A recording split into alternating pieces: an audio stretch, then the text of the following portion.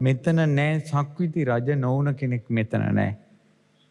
සක්විති රජ කෙනෙක්ගේ ස්ත්‍රී රත්නය අගබිසෝ නොවුන කෙනෙක් මෙතන නෑ. ඒ සැප සම්පතුත් අනිත්‍ය වුණා. සුද්ධාවාස බ්‍රහ්ම ලෝකේ හැර නොයිපදුන තැනක් නෑ. ආකාශෙන් යන මහා දිව්‍ය රාජවරු වෙලා දිව්‍ය යානාවල ගමන් බිමන් ගියපු උදවිය මේ ඉන්නේ. නොලබපු සැප සම්පතක් නෑ. එහෙනම් ආය මොනවද පතන්නේ?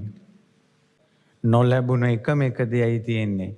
ඒ තමයි ඒ අමා මහ නිවන. පින්වතුනේ කරන හැම පිනකදීම කරන හැම කුසලයකදීම සංසාර දුකෙන් නිදහස් වෙන්න ඕනේ කියලා පතන්න. අනිත් හැම දෙයක්ම ලැබිලා තියෙනවා පින්වතුනි.